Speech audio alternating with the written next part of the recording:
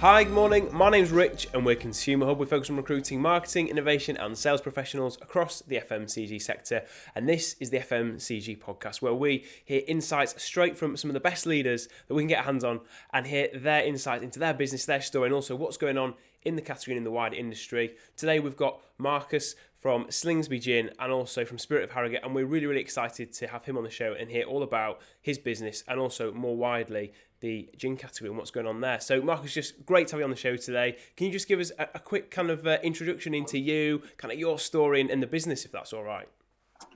Yeah, well, I'm not your stereotypical FMCG chief exec. I'm an accountant by profession, and it's taken me a long time and a lot of counselling to be able to say that in public. My expertise, if you like, in the drinks industry largely come from the consumer side rather than from the technical. My co-colleague, the other owner of the business, Mike Carthy's a chemist, so a chemist and accountant. It's an unusual combination for running a drinks business, but we are where we are. I worked in corporate finance and private equity, and then eventually backed this business back in 2008, and never looked back since. So I've thoroughly enjoyed the last 15 years or so in the drinks industry. It's an ever-changing world with sort of challenges coming from every angle. So it's great fun. There's never two days the same. What gave you the push to get into drinks then and move out of finance? I'd always wanted to run my own business. Yeah. I think I'd spent a lot of time looking at other people running the business and gathering sort of ideas and thoughts, and really wanted an opportunity to start implementing some of those things myself. Just ways of motivating staff, ways of organising, ways of thinking about strategically. Picked up bits throughout my career, and this was a great opportunity to start putting in place some of those ideas that I gathered throughout the rest of my working career. Oh, that's really interesting. Yeah. Fascinating. Yeah, do you know what?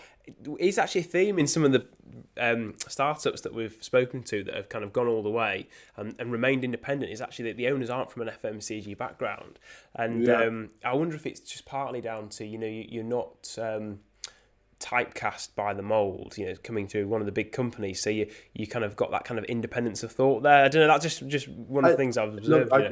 There's plenty of independent businesses that do come out from the big guys as well. But yeah, you're right. Certainly, if I think across some of our colleagues in the industry, they're not always the traditional backgrounds. But I think it's like anything, you need different ideas and melting pot. That chucks those ideas around. I mean, we've got certainly plenty of staff that have come from more traditional backgrounds, so they complement me, and I complement them in different ways. So I think it all works. Yeah, but we have a lot of fun anyway. That's for certain. Yeah. Well, just on that point, then, tell us a bit about Slingsby Gin and Spirit of Harrogate, because there's. Well, yeah, I mean, it's funny enough. It's actually our 7th anniversary there this week, and I don't know where those 7 years have gone. To be honest, they've flown by. We already had an existing alcoholic drinks business, so we'd bought that out from its private equity owners, and really wanted back in sort of 2013. You could see with the likes of Fever Tree and Sip Smiths and people like that, Chase, sort of kicking off really the gin boom, probably two or so years earlier. We could really see the trend in white spirits, and particularly gin, coming. So we set to work in developing a concept for a gin brand, and we wanted to very much to have that really focused on Harrogate, which is the town in which we live and work, and our kids have been brought up in. And we really wanted to, I suppose, if you like, taking ideas more from the wine industry with terroir and trying to sort of plant that premium spirit gin product in very much in the local market, using local as much as possible, local botanicals, locally sourced bottles, stoppers, whatever we could, as much as possible, sourcing in and around the Harrogate area. And obviously the thing that Harrogate's probably most famous for is its water. So using the Harrogate spring water was a key part of the development concept for the Slingsby gin. And set about developing a gin, and obviously then start thinking about branding and names and that sort of thing. And fairly quickly we settled on the name Slingsby because William Slingsby discovered the Harrogate Spring Well back in 1571. So apologies for the noise back in. Oh, no worries. But back in 1571, so Slingsby was like the father figure, if you like, of Harrogate water, and so seemed like a really good sort of character, if you like, to root the brand in. And also, I've often joked that because he'd been dead for so long that his family couldn't sue us for breach of IPR. I don't think there's any great truth in that, but it was certainly, we thought that was a good character to represent the brand. So 7 years. We launched our first product in August 2015 and took about a year to develop. We did 18 different variants to get to the final sort of flavour profile. We worked very strongly with Langley Distillers in Birmingham to help us with the distillate because it's 24 botanicals, so it's quite a complex distillate, and it can very easily, if we overdid one particular ingredient, we could find that the cloudy liquids or anything like that. So we spent a long time doing the back research on the characters, on the products, what we wanted it to look like, what we wanted the flavor profile, and then launched in 2015. And really, it was such a whirlwind because our second ever customer was Longclume Restaurant in Cartmel, Simon Rogan's restaurant, which at the time was Britain's best restaurant, double Michelin starred, and that was our second ever customer. So we sort of got off to a bit of a flyer with that, and then followed up a few months later with listing in Harrods, and we sold out in 9 days. So it really was a bit of a kind of whirlwind those early days, and we have never really looked back since. If I'm honest, still in Longclume and still in Harrods. So that's brilliant. Yeah, so it was. And the whole sort of concept really for us was we wanted our core business, our core alcoholic drinks business supplies the major multiples, Tesco and pretty much everybody in the retail sector. But we'd never supplied customers like Waitrose and John Lewis and Harrods or Harvey Nicks. Those were completely new. And it was really, the concept was to develop, a broader product offering that we could actually take to those premium retailers and booths and people like that we'd never really traded with in the past. And Slingsby gave us the opportunity to do that. That's really interesting. So kind of, adding an extra sort of aspect to your existing portfolio and augmenting kind of skill and expertise that was already in the space. Yeah, to be honest, we were very nervous at the time with the brands getting sort of confused and people potentially, not understanding the premium nature of the Slingsby brand and the Spirit of Harrogate. That's why we had it as a separate statutory entity. But with hindsight, that was probably the wrong thing to do, because the quality standards that we meet with the core business, ICB, meant that we could assure customers like Harrods that this was double A BRC accredited.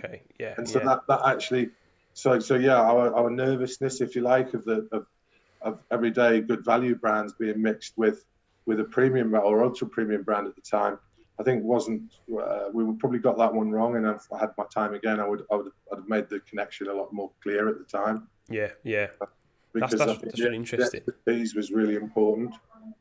And what can you just, for any of our watchers or listeners that aren't familiar with the brand, can you just sort of explain the difference between Spirit of Harrogate and Slingsby's? Because I think I understand that. Is Spirit of Harrogate more of it's an experience centre in Harrogate itself, or? Firstly, Spirit of Harrogate is the company. It owns the brand Slingsby, which is the gin brand. But we also, and again, it's. I would be lying to you if I said it was a strategic decision. It was very much serendipity, but we decided to open up a retail unit, really to launch the brand. And it was really, initially, it was just going to be a 3-month pop-up, just to give us a bit of traction. But that sort of idea or that concept evolved, and we've had the retail unit now 7 years. And we have a fantastic. Pre-COVID, we'd do 24,000 visitors a year, and linking back to your original question, that gives us that direct-to-consumer feedback, which is absolutely valuable.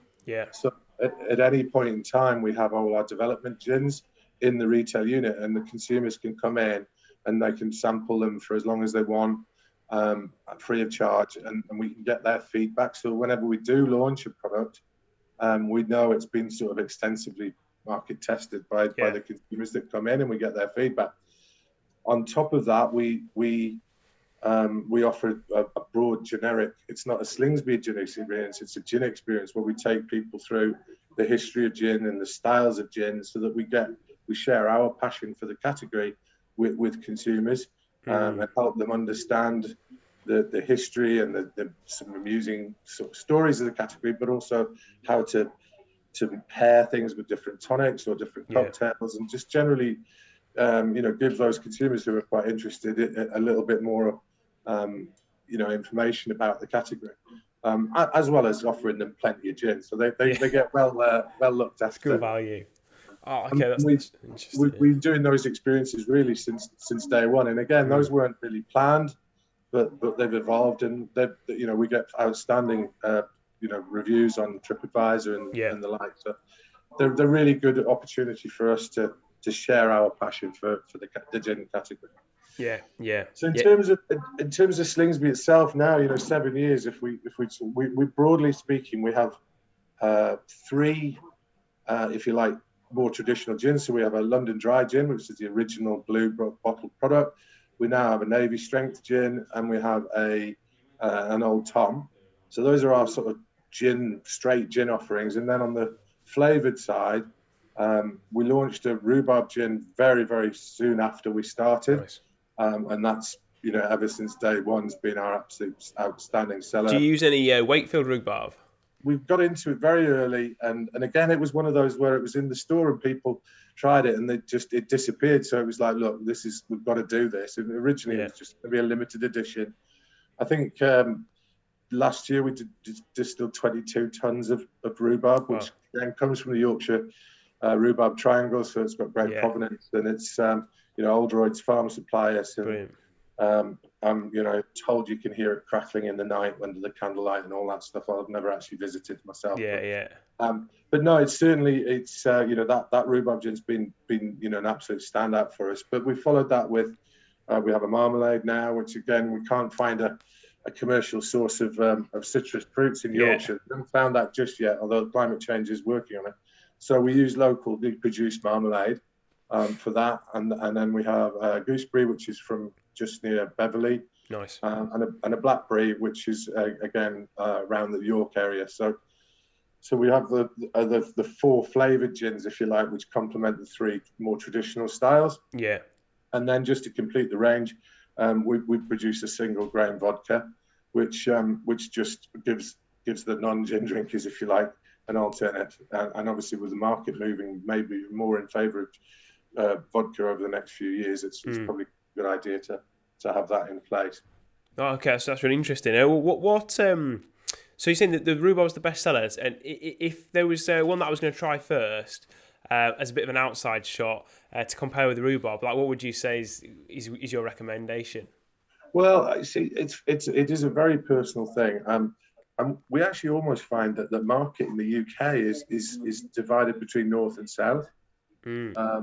So what we often find is that down near the London area, the London Dries are much more popular than the flavours, whereas in the regions, the flavours are quite popular. Yeah. But me personally, I would always go for the Navy Strength, because it is a high strength product, 57.2%, but it's a higher concentration of the botanical mix, so you get a more intense flavour profile from it. Nice. And so if you're going to do a good old-fashioned gin and tonic, that would be the one I would start with.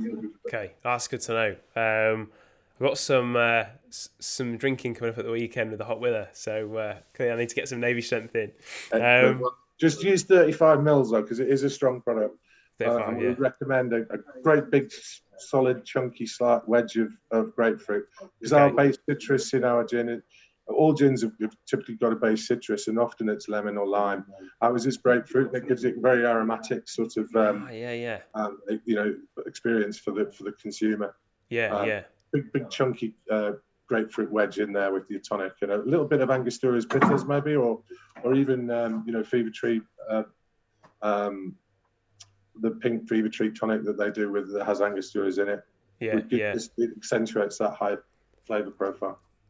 Oh, that's a good recommendation. My family that I'm off to see in Newcastle, my sister-in-law gin is her typical choice. So whenever I go up there, I always get to sample their gin collection. But I need to get her a little bottle to Harrogate. We've got about 120 there to look at. Yeah. Well, interesting you say. I think they've she and her husband have been down there quite a few times to visit. They've done these like gin hotels in London before. Yeah.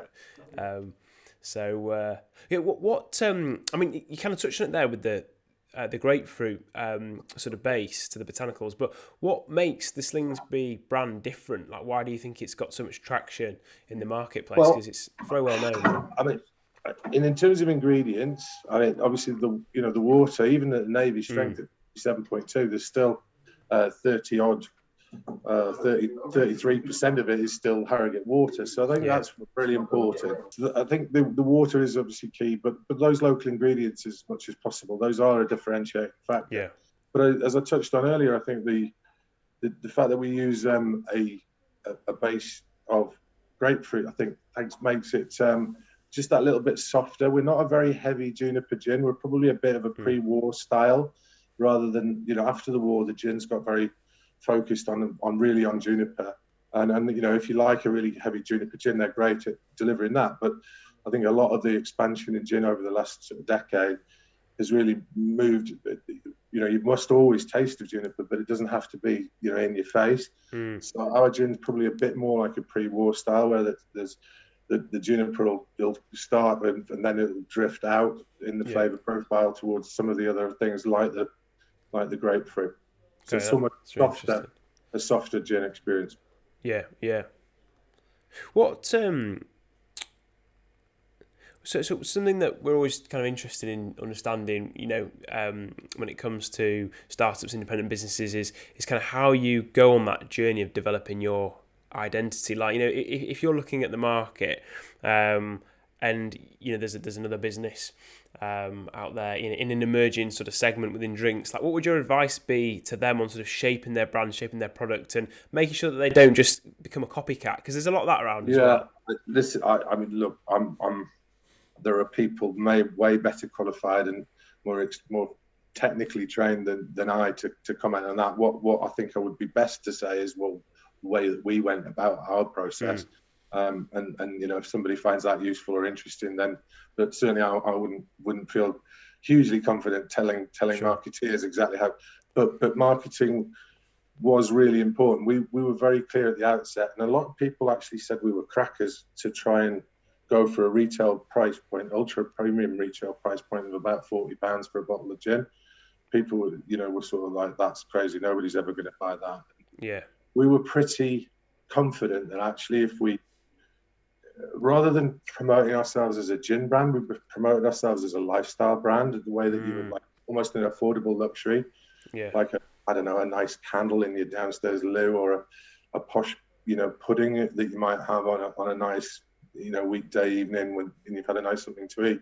So we were sort of almost like an everyday affordable luxury, but it was very much about a lifestyle rather than necessarily just the botanicals that it contained. Those were important, but so the packaging and the way that we marketed the product and promoted it was very much to reflect the sorts of places and things that those target consumers would be seen at.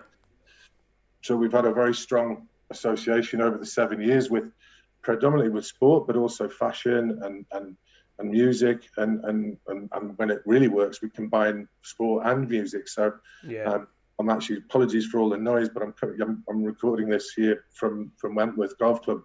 Brilliant. Where we're in the third year of our sponsorship of the BMW PGA, and our main sponsorship is actually the show stage in the Spectator Village, where they do concerts on the Saturday and Sunday night.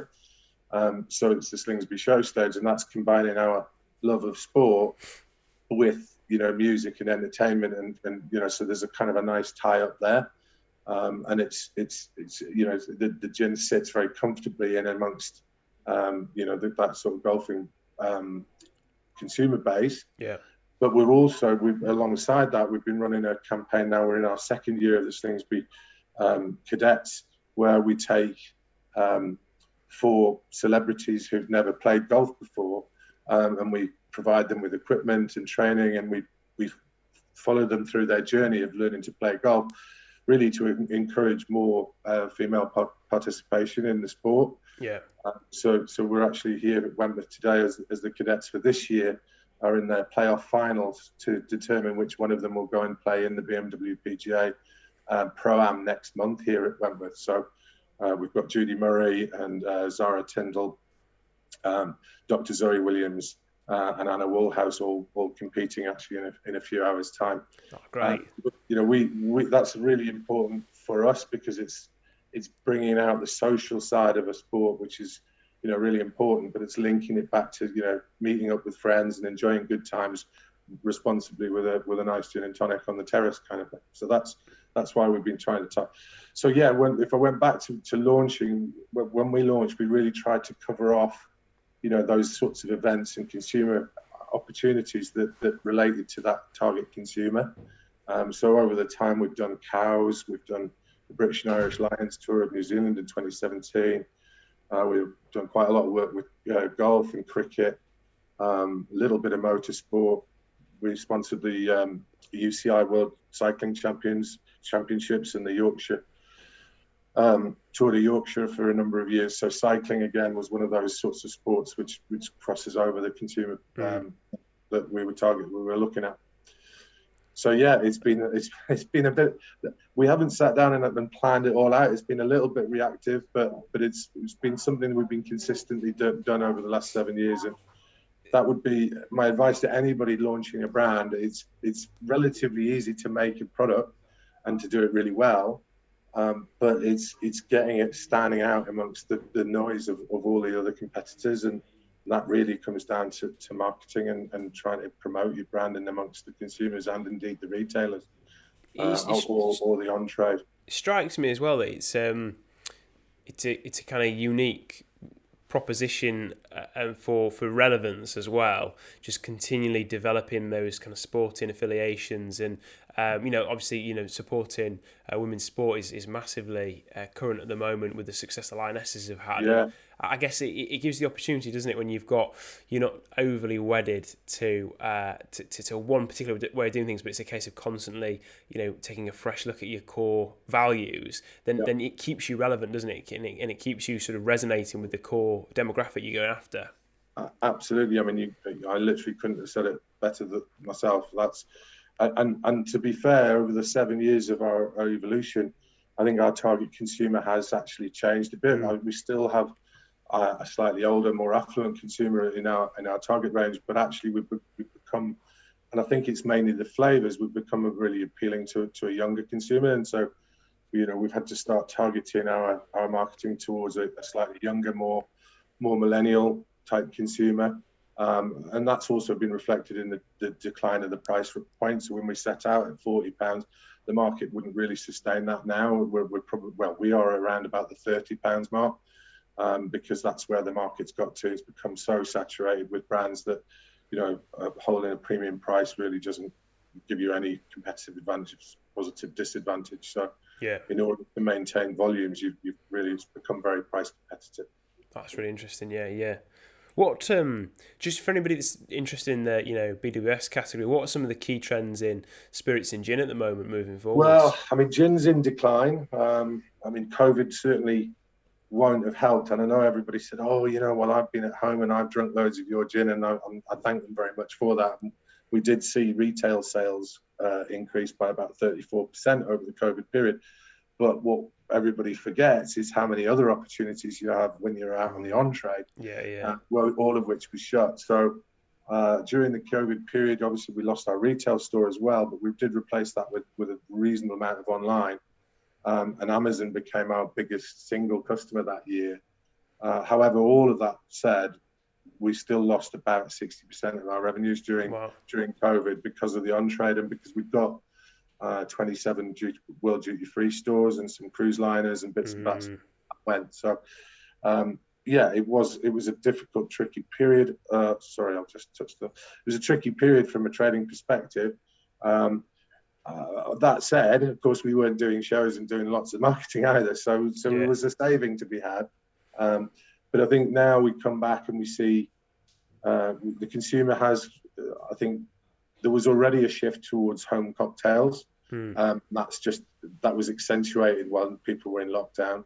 So that move towards cocktails has gin has suffered to a degree on that. There's been a shift towards spiced rum, in particularly with the younger consumer. So your gins, I wouldn't say it's had its day. It's still a very big category, but it's probably in a decline of around about 10 to 15%. And certainly, if you were launching a brand now, I think it's going to be very, very hard to gain any significant traction with retailers or the on-trade. I think they're really trying to rationalise their ranges rather than expand them. Okay, yeah. But there's always opportunities for new and innovative products. So, we still see some people come in and disrupt the market, but I think it's very much a case of consolidation now. Yeah. And I think you'll see some of the brands buying others. We're already seeing, Diageo buying Chase and others. So, Sipsmith, I think, was bought by Japanese buyers quite a number of years ago. So we're seeing that consolidation also within the market. Malfi was bought not so long ago as well. In terms of product evolution, I think the flavors just kind of almost rotate.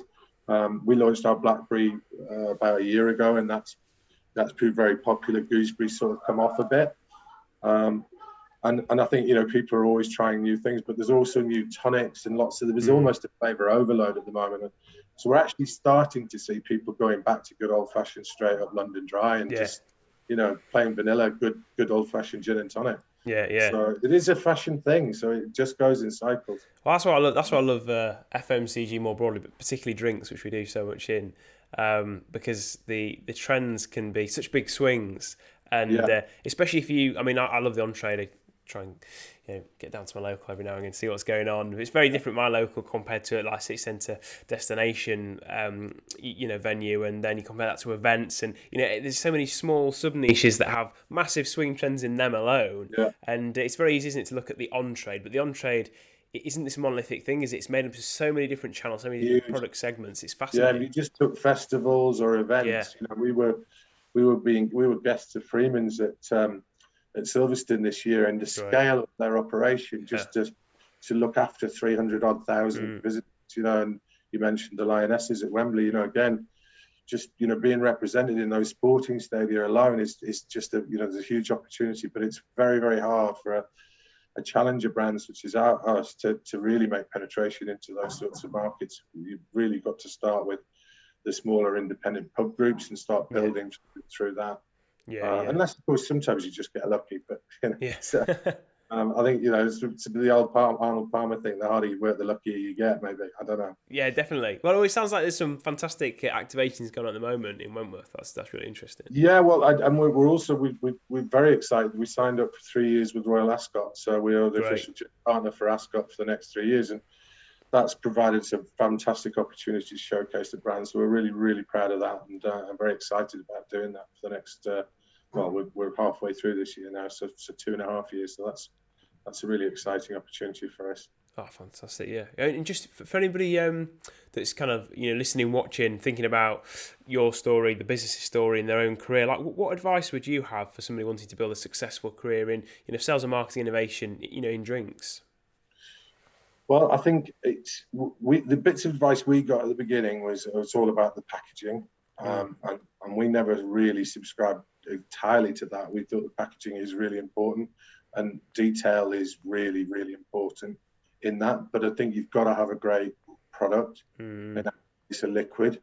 You can through packaging you persuade somebody to buy something once, but if it's not very good, they're not going to buy it again. So to me, you've got to have a really good product that people like, well packaged, and then with a good backstory, and more importantly these days, the sustainability and recycling and all that sort of stuff that particularly the younger consumers are really, really concerned about. So all of that stuff's got to be really well thought through and robust, and I think honesty and integrity are really important in your brand values and everything that you do and say. So right from the outset, we've always been very clear about how our product's made, where we source things, because I think, you know, if you're economic with the truth in any way, shape, or form, it'll come and definitely. Consumers really don't forgive these days. So I think having real integrity and honesty about how you go about your business and how proud you are of it, and yeah, having fun. You know, we all work really hard. So if you don't have fun, and you know, I spend a lot of my time with my team, just trying to tell them, look, it's, you know, let's remember that, enjoy ourselves and smile, and that comes through in spades when they meet with consumers or in the trade. You know, people, you know, like talking to us because we have, you know, we're serious, but we have a bit of a laugh as well. You know, that's good advice, actually. In fact, you're probably one of the first people on our podcast in the last 8 months that said you just remember to have fun as well, which I wholeheartedly agree. I mean, our logo, it's over there. It's over there. Mirror here. It's the donut, so we're definitely about having fun here. Trans fat free, though, I'm sure. What's that? Trans fat free. Ooh, probably not. not if I'm eating it. Yeah. But what, are there any resources or, you know, podcast, books that you really benefited from, you know, in your personal development that you recommend? Well, I mean, look, I'm of the age where, I mean, a podcast, I didn't even know what they were up until a few years ago. I'm a Facebook generation, not a TikTok or even, you know, Instagram or a TikTok. So podcasts is something I'm actually discovering for myself for the first time more recently. And the wealth of information that is available is fantastic. But you know, I mean, in terms of, I'm not a great academic in terms of studying things, and probably ought to have read more about different things. But I kind of like plagiarize. I kind of look across and think, if Coca-Cola are doing that, and who on earth hasn't heard of Coca-Cola, then there must be some reason for doing it. So I kind of look at brands like Coca-Cola, or we always used oh goodness, I've forgotten this. Grey Goose. We've always used Grey Goose as a bit of an inspiration because it's available everywhere, but it always maintains its premium sort of cachet. You know, you can get it in corner shops, but it's still perceived as a real quality product. We've always sort of used that as a bit of an inspiration. We learned a lot from Sip Smiths as well. So we're more, I suppose we're more sort of practical. And looking across at things and saying, well, if they're doing that, then why don't we? And we've also always had the ethos of you know, act like a big brand. You know, and behave as much as we can, behave like a big brand. So those have probably been more of our inspirations than necessarily a, you know, a particular sort of, you know, business guru or a you know, particular podcast or other source of information.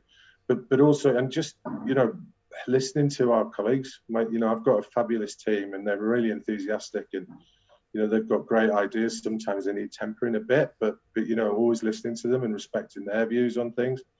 And you know, and allowing people to, you know, we touched on the lionesses, allowing people the freedom to express themselves. You know, in the context, I think is really, really important. That's really interesting. It's definitely a theme in conversations that we have is, you know, the books and resources are important, but actually the answer's normally there if you take the time to observe and listen. And sometimes, you, like you say, you've got to get out of the way, haven't you, and listen to the experts that you've surrounded yourself with, because it's definitely something that we've sort of found ourselves, me and Adam, with this business, but it's a theme in the people we speak to that are successful founders. Is if you're a founder, you know, you tend to be a great generalist and visionary, but you tend to be a jack of all trades, don't you, in certain ways. So actually, when it comes to asking a particular question on one important aspect of the business, sometimes you just got to get out of the way, haven't you, and let the expert speak. And I think that is a real challenge for founders. I mean, I'm inherently lazy, so it's not a problem for me. But for, you know, Mike, for example, you know, sometimes he does find it quite hard to let go. But you know, when we've grown our business and evolved it, brought high quality people in, we've got to trust in them and allow them to transition. And that's, you know, when now the business is 7 years old. You know, we're not doing all of the day-to-day things anymore. We're stepping back, and you know, encouraging the people that we've brought in, the talent that we've brought in to do their things and express themselves.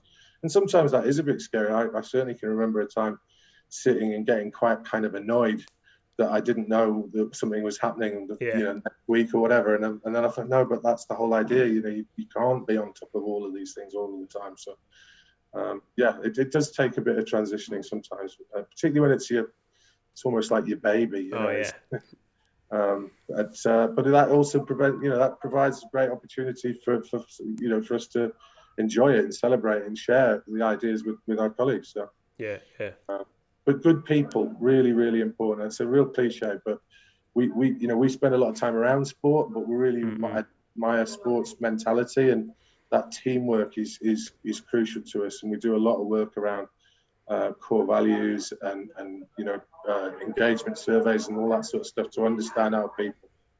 Yeah, brilliant. No, that's fantastic. And thanks so much for all the insights that you've shared today, Marcus. I've learned loads. It's been really interesting for me, and I'm sure our listeners and watchers have as well. If you've enjoyed this show, please do drop Marcus a note on LinkedIn, thank him for his time and his insights. We really appreciate people coming on, sharing with us, investing back in the industry, and get yourself up to Harrogate. Go and try some products. Try the Navy strength. And try the rhubarb as well. I would say that because I'm from Yorkshire, and wait for them, particularly where the rhubarb comes from. But just on another point, actually, you are you guys on kind of Instagram, Twitter, etc. People can follow all the socials. At Slingsby Social, Instagram and Facebook. Spirit Harrogate is on LinkedIn and Twitter. We haven't gone to TikTok just yet, or at least if we have, they haven't told me. Yeah. Great. No, well, thanks, Marcus. And thank you very much for your time. I really take care now. Cheers. Bye.